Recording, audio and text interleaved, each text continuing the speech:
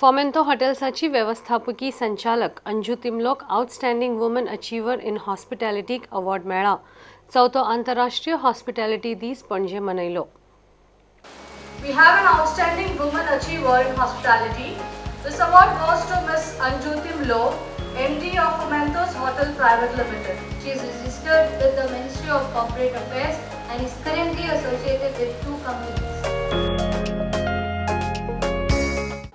International Hospitality Day was coined and started in the year 2016 by International Hospitality Council, and our chief mentor is a part of the International Hospitality Council, and that is how we started with this celebration of International Hospitality Day in the hotels.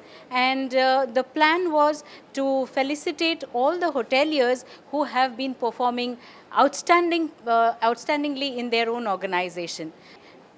With this Hospitality Day, it is being celebrated all over India and 2 more countries abroad. In India, in all our IIM institutes and IIHM institutes in the different parts of India.